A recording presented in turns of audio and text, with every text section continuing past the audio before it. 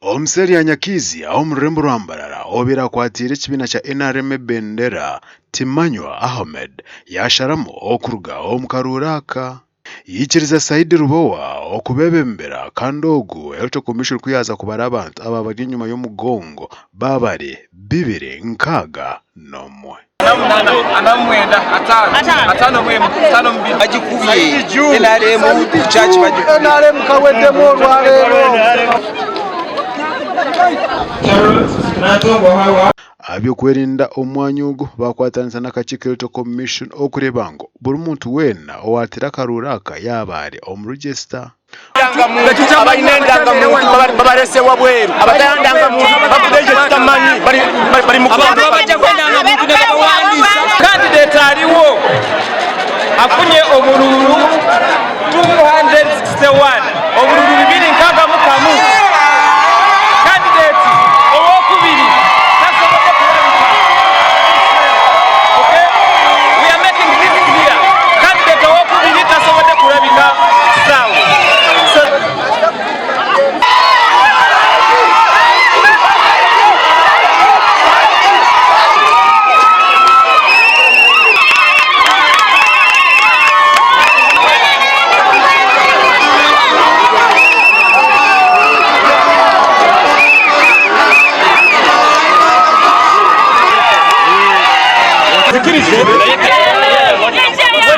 Muziki zari kubanga ndi excited.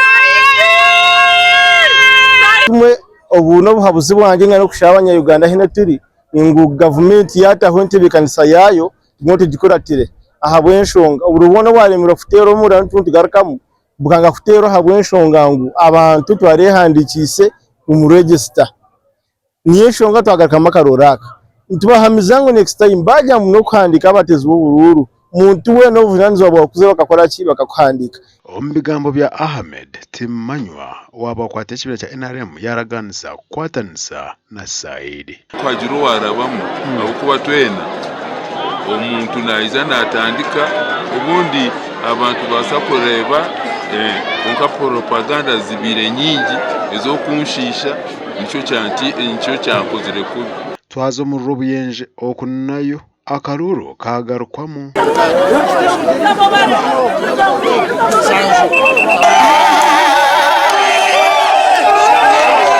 abyo kwerinda babaroho okureba ngo buri kimwe cyakorerwa omubuteka.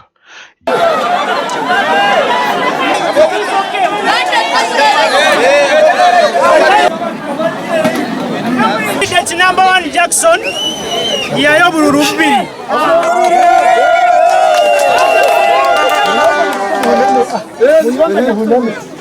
Candidate number 2 which Wambeta Andrew yayo bururu 10.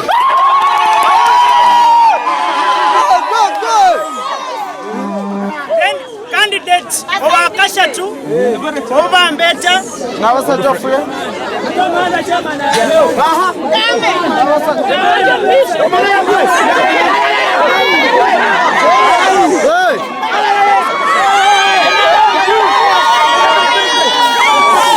Obakweta Joffrey Nabasa Joffrey yayo bururu 284.